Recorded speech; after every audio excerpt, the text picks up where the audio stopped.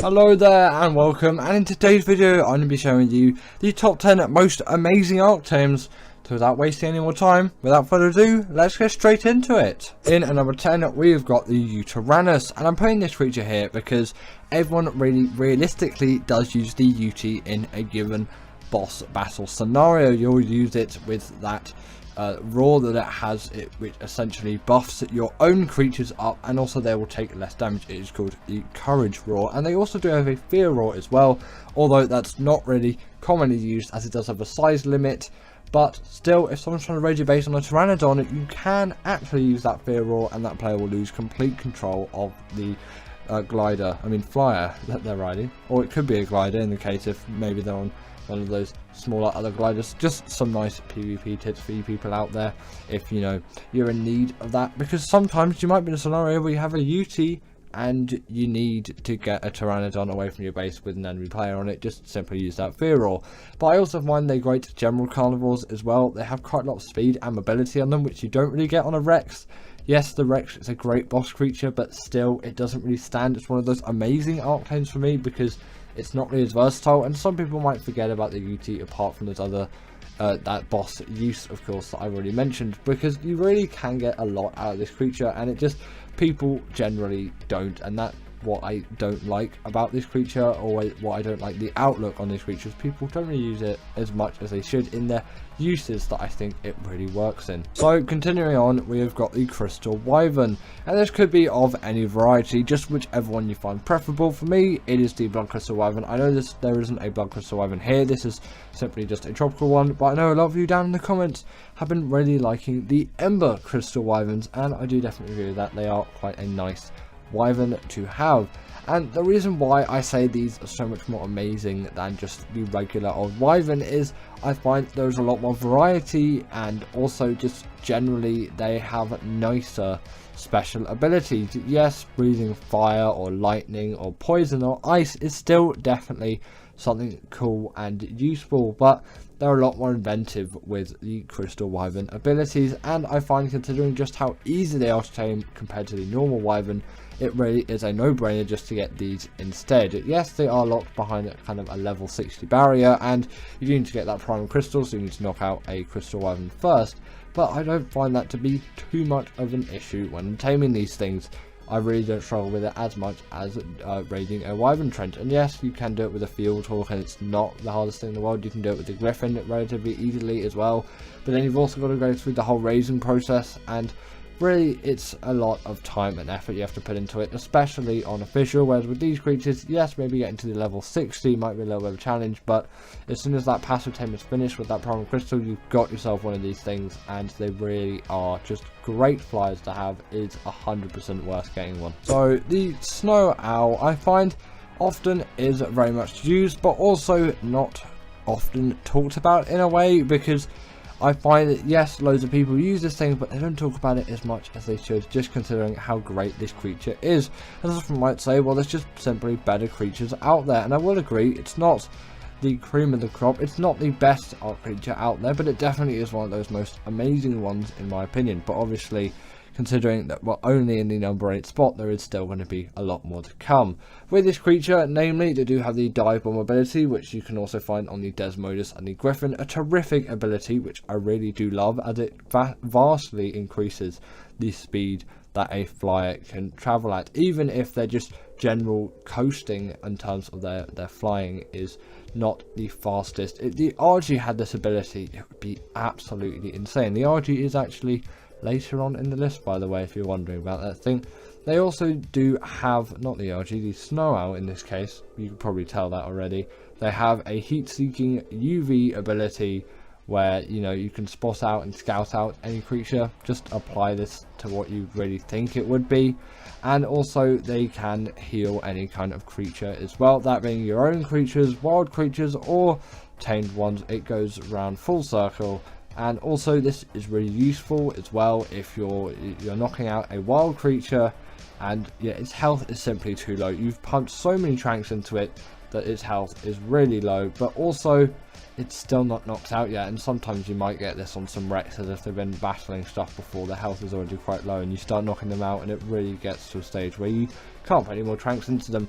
then simply use one of these things to heal them back up, and you will not regret the benefits of this, because then their torpor won't go down so much where you have to wait. And also sometimes if you go out of render distance on single player, this actually always happens on single player, if you go out of render, they're not going to keep healing up on servers. You can maybe just log off and then log back on, but still there's a little bit of inconvenience in that. Obviously you can also just heal up your own creatures as well in whatever situation that you might find yourself in. But also the snow owl pellets can be used a lot for getting great loot out of gadgets. I feel like I said also a lot on that, but anyway, continuing on with the list. So in at number 7 we've got the Reaper. It feels a little bit weird to be putting this creature in at number 7, but considering I don't really use it as much, and yes, it really fits into its map perfectly and all of that, I kind of have to degrade it slightly where it is on the list, because personally I am also factoring just generally how amazing these creatures are to use and how often I kind of use them as well. Yes, I'm slightly shifting the words around a bit, as you could say, well, this is amazing creature to tame, and it's truly amazing because it deals loads of damage and it just really is a great creature to have. But personally, it's not one of my favorites in regard of just general use. Yes, I'll use it tons on a map like Arboration, or on Gen 2 as well. I use it a fair bit considering they spawn on the map, but I don't tend to transfer these across maps just to use one of these things. I don't like them quite that much, although there is really no better feeling than taming a Reaper for the first time, especially on Arboration, because there is a long process in it, and it would be a big shame to not include them on the list, considering just how cool and amazing they look, just how great they are as creatures. They deal tons of damage, they really do pack a lot of punch, and they can travel quite far as well, almost maybe as far as a Karkanos can throw some kind of dodo or Lissasaurus. That's another pretty amazing creature as well, although it is not making the list today, but I guess it got a little brief honourable mention. In this list, the Shadowmane really did need to be talked about. Come on, this creature is packed full of all kinds of abilities. It does deserve to be here.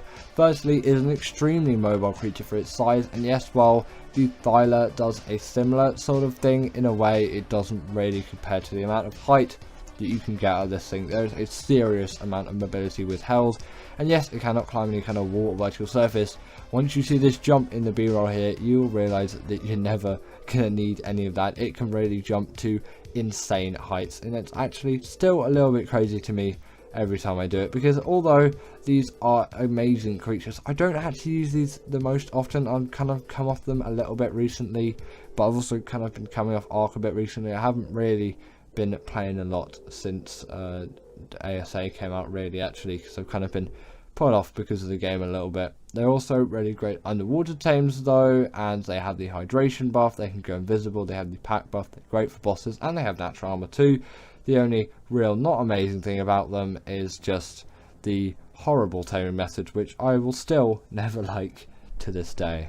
In at number 5, we've got the Baryonyx. This creature definitely does deserve to be here. It is my all-time favourite caving creature, and it really does have a lot going for it. Namely, obviously, that caving ability, which basically means it is the perfect size to fit into any cave, and with that size as well, it also packs enough punch. Also, don't mind about all the dead creatures that you're probably seeing around the map. You'll see a dead Yuti later in this B-roll. I heard someone wondering about that last time. Yes, the B-rolls are recorded within quick succession, and after I'm done with the B-roll, the creatures do sadly die with a command, which I'm pretty sure it's just kill, isn't it? That's the command you put in to kill creatures. Also, on top of that as well, these are really fast, speedy creatures, and they're great in the water too, with that spin attack on the right click as well. You can summon creatures up to the size of a Megalodon, which just generally makes them quite good for underwater caving as well. They're already great just for regular caving, but now for underwater caving too. Well, they have been for a while, ever since they released, because they are just generally really great underwater tames. Some people don't really like them as much, as they say they only really eat fish, and fish is a bit of an annoying thing to get. Coelacanths are absolutely everywhere if you know where to look for them. That really is not an issue which you should be running into. So the Desmodus is one of those creatures where it has to be on an amazing creatures list. Not only can it make Sanguine Elixir, which is an absolute feat for doing any kind of tames, essentially doing 30% of it for you with a click of a button, they are also blood bag farms, and also you can just with that tame even more Desmoduses and also Bloodstalkers. And I'm going to give the Bloodstalker an honourable mention here as well, as it really is truly an amazing creature for me. I just couldn't find a place to fit it on the list today, so I didn't, but personally I would say it deserves to be in the realms of the number 5 to number 3 spot, and it really does, in my opinion, deserve to be here. It's just there's some other creatures which I think deserve it slightly more, and I put them there instead, but I decided I'd talk about it a little bit because it's really just a great underwater mount and I love it so much. It's generally a great travel mount. It's really cool model design, generally amazing creatures to use. Once you've got over the learning curve of controlling one, they are fabulous. Now just a little brief thing to finish on the Desmodus. They are also gliders. They can grip onto any kind of wall, vertical surface like the Tapijara, even just ceilings, and they can pick players off mounts with absolute ease for you PvP players out there. Now the RG has always been an all-time favourite of mine, so I had to include it in at the number 3 spot on the list. This creature has driven me through many years of Ark, and at this point almost a decade. These creatures are just one of my favourites, and although there are some slightly better creatures for travel and just with general amazingness in the RG, they really do deserve to be on here for their massive contribution to my Ark playing over the years. I always get so much nostalgia when riding an RG as well, or just when watching videos of people on RGs, and especially that old RG model. Yes, albeit a lot worse than the new one, has a lot of nostalgia in it. Either way, the RG is like the best metal carrier out there, having weight reduction on things like metal, crystal, and obsidian. I'm pretty sure it's 50%, although my numbers can be a little bit out to date sometimes because I'm not really playing a lot of Ark at the moment. Like I have said, ever since ASA came out, I've just been a little bit off put by Ark in general. But they can also pick up tons of creatures as well, which really does play to their benefit. You pair them with an Anki and a Dodic, you can get loads of metal, stone, crystal, obsidian, all of those resources which you really do need. They also have a smithy as a saddle, so if you've ever done some caving, which I like to do a lot, then you can just repair your armor if those pesky ass pros have got it, or if any of your pikes or gear or swords or things like that have been broken. You can easily repair them as long as you've got some metal ingots inside of the RG, because I don't like to go back to my base just to repair some armor, because I usually do caves in quick succession. And they also have a nice healing regen thing. Yeah, number 2, we've got the Maewing, and this is really the king of travel, and it only just scrapes past the RG. I was tempted to put the RG in at the number 2 spot because of just how amazing that creature is, but the Maewing is just so much more amazing at speed and ease of travel that it needs to be here, as a lot of the recent Ark playing that I've done, or the scarcity of recent Ark playing that I've been doing, has been just generally a lot of travelling and exploring maps. I know it's not really the thing that you're going to be doing the most, but travelling from A to B is definitely something which you're going to need to do in Ark a lot, and that this really is the best creature out there for it. It's so quick, so mobile, so easy to use once you've just got over that first general learning curve, and it can be used really on any map, and it works just fantastically. Yes, on Operation a rock drake is going to do better, but they really don't need a lot of elevation to work like the rock drake does, which is obviously why they're much more of a favourite when it comes to travel. They can also skim across the top of the water. They're pretty good swimmers as well. They also are a portable feeding trough for you breeders out there, and they're not the worst berry gatherers too, so you've really got a lot of abilities in one. And considering the saddle unlocks at level 18, it is really a no-brainer to put them in at the number 2 spot. And at number 1 is the Deinonychus, and this always tops my list. I don't know what it is for me, but actually I do know what it is because I put it here. I don't know why. I've said that twice on some lists now. But this creature is just so good as a boss creature, and so good as a general travel mount. Yes, maybe not as great as the Maewing. I've been using the Maewing a lot recently, but I've still been using the Deinonychus a lot just for land travel and a bit more deeper and in-depth exploration instead of just flying around the map just like a madman. They also can grapple onto creatures and deal tons of bleed damage to them, which is obviously extremely useful especially in boss fights, as it actually still deals bleed damage to bosses, which as far as I'm concerned, no other Ark creature does. They also have the pack wealth as well, which again is going to boost them even more in boss fighting scenarios. They really are the go-to for that. Unless you're on extinction, then use a Giga or Carcanosaurus, probably Carcanosaurus, because their health is a lot more reliable as they do not have the rage buff. Again, they're two great amazing creatures as well, and the Giga has really been through a lot with me, and I guess I'll give it a brief honourable mention here as well, because they really do deserve to be in this list somewhere, except I just couldn't really find a place considering all the other creatures that I put on this list instead, because I just find all of those to be more amazing to me. Also, the Deinonychus on top of this takes no full damage whatsoever, and it can climb up any kind of wall or vertical surface like the Thyla can. Not quite as elegant as a solution, but I still really don't mind it whatsoever, and it works perfectly for me. This is the most amazing Ark creature out there, with no doubts. In at number 10, we've got the Crystal Wyvern, and you could say just the regular Wyvern as well. It's just I kind of have a preference for Crystal Wyverns, so I'm just going to put them on the list instead of normal Wyverns. But you know, if you don't really like the Crystal Wyverns for whatever reason, then normal Wyverns it is. And actually, it is a very well-known fact that Wyverns are pretty much the fastest land flyers out there. These things have insane agility when it comes to actual just flying, gliding not included, even though there are obviously a lot of gliders in this list, and that does count as a more speedy tame.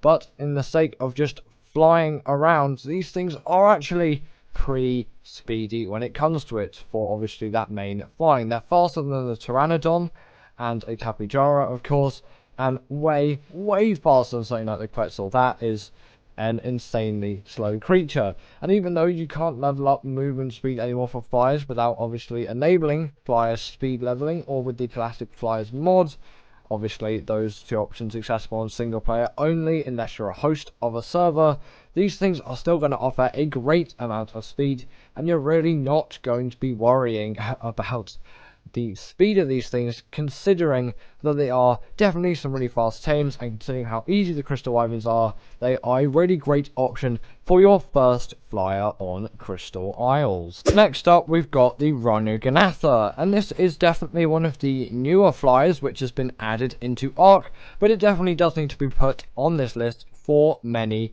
reasons, namely because of the speed. Actually, there's not really many reasons.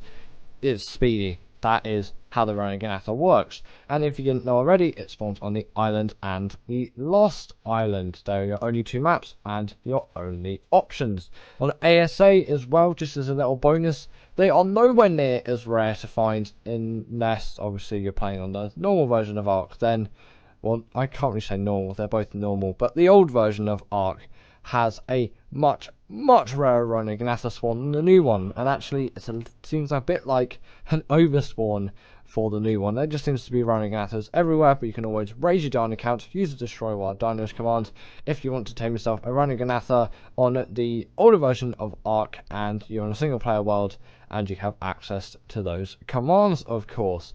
But how do you actually tame one of these things as well? And this is the only creature on this list which I'm really going to talk about its tame method in great detail, because it's quite a difficult one. In terms of what you do, you kill a male Rhyniognatha to get that pheromone, then tame yourself a Bronto or equivalent creatures that work. Bronto's the best. Get all those resources on screen, not necessary of course, only optional. You only need them if you want 100% effectiveness, and for these things I don't really think it matters all too much. Then you'll want to trap your Rhyniognatha and damage it as much as you can. Obviously, don't kill it, that would be absolutely awful and a huge waste of time in actually trapping the creature and just the creature itself, especially on the old version of Ark, considering how rare these things actually are on that version of the game. And you may need to give it some additional hits as well, because these things do actually heal ridiculously quick. Then you want to feed that pheromone gland to whatever creature you're doing, and then this is the time where you want to get out all of those craving resources and have them ready in your inventory, as your creature is going to need them during the process, which is just about to happen after this, which is where your dino is impregnated by the Rhyniognatha. That's when the cravings will happen. Afterwards, it will roll over and your creature will die, which, you know, could be a little bit sad. Don't read the most important one, and then out comes a baby Rhyniognatha. Now, the Griffin is making an appearance on the list, and for good reason, mainly because of that gliding ability, being a prime choice for doing any kind of Wyvern Trench raids on Ragnarok, and other maps where these things spawn, which also Wyverns spawn on, and Valguero is no, I don't know actually. Valguero does have the Griffin Trench, but either way, especially on Ragnarok, I should have just stuck to that example, these creatures are very widely used for those Wyvern Trench runs, and for good reason, considering their insane gliding speed.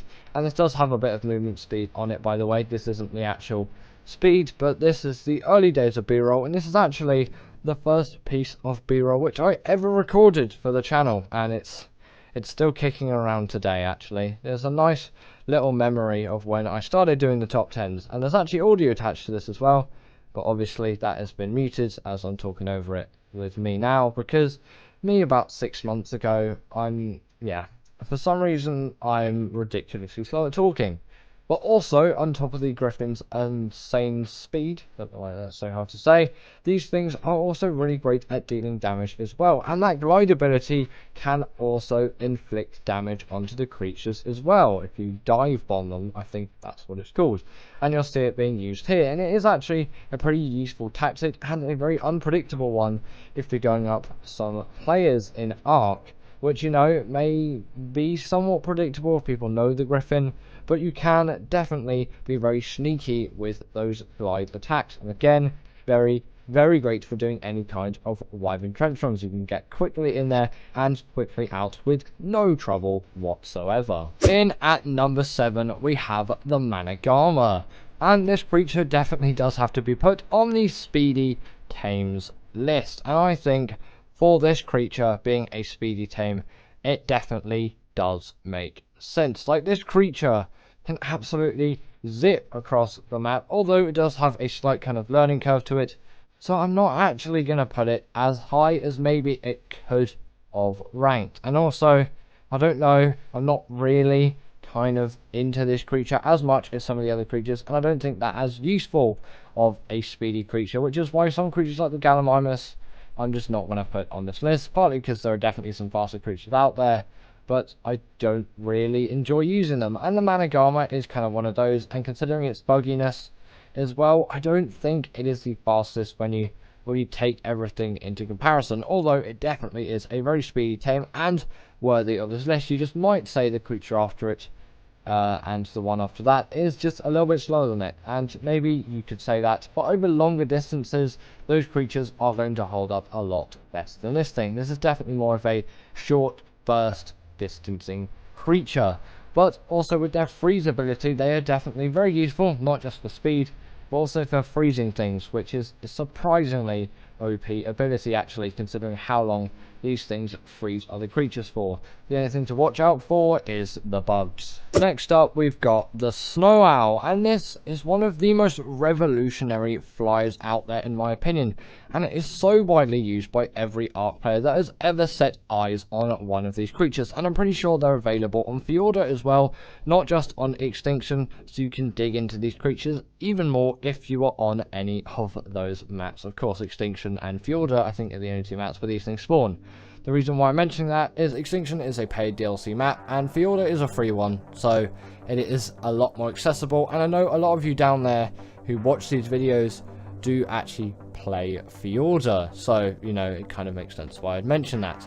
But obviously their main speed does come from that gliding ability, which is very similar to the Griffins, but it always just seems faster and with a lot more agility than the Griffin, and there's kind of a tier list to it, as the next creature is a glider, the next one after that as well is a glider, but with even more speed, and even the creature which is in at number 1 is a glider as well, so there's definitely something to be said for this method of travel.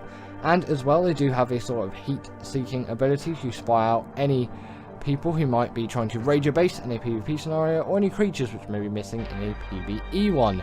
You also want to level up that stamina so you can heal these creatures up so quickly, as obviously that is something which is going to be essential in any kind of boss fight or battle, obviously, because you're going to want to heal up those creatures quickly and efficiently, and you can do it somewhat more efficiently than the Daedon, and especially on extinction you can actually keep that creature alive, as the Daedon really isn't going to rack up against any of the Titans. But it's also useful if you're taming a creature and its health is really low.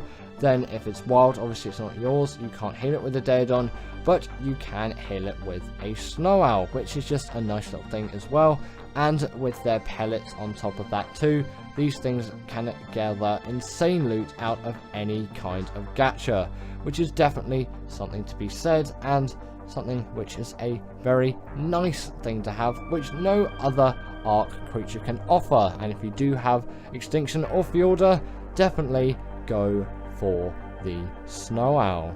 In at number 5 is the Desmodus, and this creature is yet again another glider along the glider tier list, as this one feels even more fast than the Snow Owl, and with even more agility and some nicer abilities to go on top of that as well. Although the speed is the main thing which we're going to be talking about here, again with that gliding ability, and the fact that the stamina drain is also very minimal as well. Like the Snow Owl, it definitely does benefit these creatures hugely, and I do really enjoy the speed which you can get out of a creature like this. And also the gliding doesn't seem too far off primitiveness, which is always a nice thing to have in Ark, because I don't particularly like all the techie creatures, although the creature in at number 2 is a kind of techie one, but still I kind of prefer the primitiveness of this creature and the kind of Nordicness of it as well, considering that Fjordur is a very Nordic map. It's a nice quality for this creature to have, and again with that glide ability you can get some serious speed out of these things. Next up we've got the Rock Drake, and yet again another glider, this time packing a lot of punch in terms of the damage department. You should really look at this thing. It deals so much damage in terms of actually, like, its damage to size ratio and damage to speed ratio is frankly stupid in terms of actually just how powerful this creature is.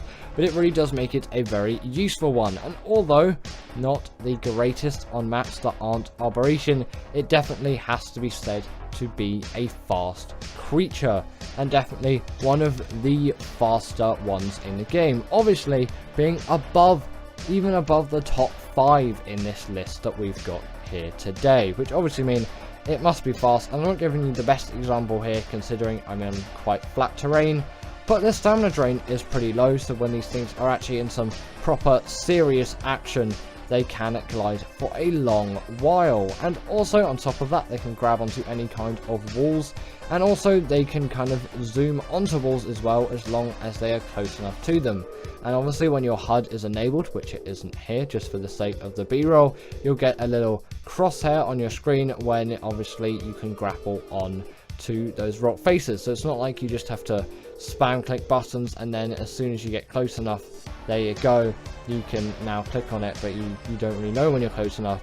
No, it is quite obvious to tell because of that marker.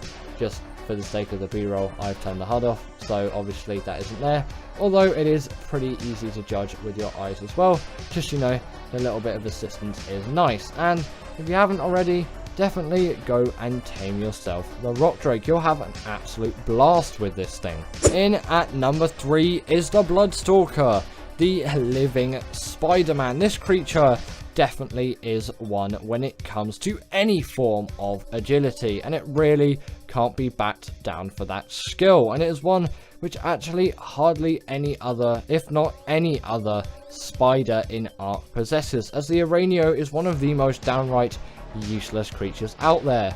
But it is also really quick and agile on the surface of the water and under the water too, which can't be said to some other creatures on this list. And it definitely is one of the more versatile ones, being used for a wide range of things. And I actually use it mainly underwater, as it is a really viable underwater tame. But obviously with this really fast grappling, it makes it one of the fastest creatures out there, as it can really quickly zip between any kind of tall objects, and it can't just grapple onto trees, it can grapple onto many other things as well. And the range of the limit on what it can grapple to is absolutely insane as well. It's not like you can only grapple onto things which are really close to you. is probably at least maybe 50 to 100 meters, which is actually a substantial amount, and it could even be more than that. I haven't really measured any of it, and there is a huge benefit to this as well, as you get yourself a really great agile travel mount. But also on Gen 1 there are missions which you'll benefit from for having faster Bloodstalker flying skills, the alpha one of which I have done, as well as the gamma and the beta ones too, but the alpha one obviously does offer the most hexagons, and those are an extremely useful virtual resource on an already virtual game, but you know, doubly virtual, very useful on Gen 1. In at number 2 is the Astrodelus, but also the Tropnatus. I'm just going to shoehorn them both in together as they kind of move in the exact same way, although the Astrodelus is the kind of main one here, but Tropnatus I'm going to put as a little honorable mention, as it is an extremely fast tame as well, and you know, it didn't really make the list in terms of what the B-roll says, but I'm saying it also goes here too. They kind of go hand in hand with each other, as they use a fuel which adds to their saddle, and then they can travel at absolutely insane speeds across the map, and it really doesn't seem like it may be traveling this fast at this time, but considering that these things fly consistently and they only stop when they run out of fuel, it's insane over long distances, and it really is a very, very viable one. And considering with the Tropnatus it can gain speed as it points further down, it does have a huge benefit as well, and so can the Astrodelus increase its speed as well, and on top of that fire all kinds of lasers like the Tropnatus with all kinds of grenades, and these really are fighting machines of the air, and they have to be pretty much the fastest out there in the game, obviously only beaten by the creature in at number 1. But what actually is that creature? In at number 1 just had to be the Maewing. This creature is one of the fastest, if not the fastest creature in the game, and it kind of has to be considering I'm putting it in at the number 1 spot.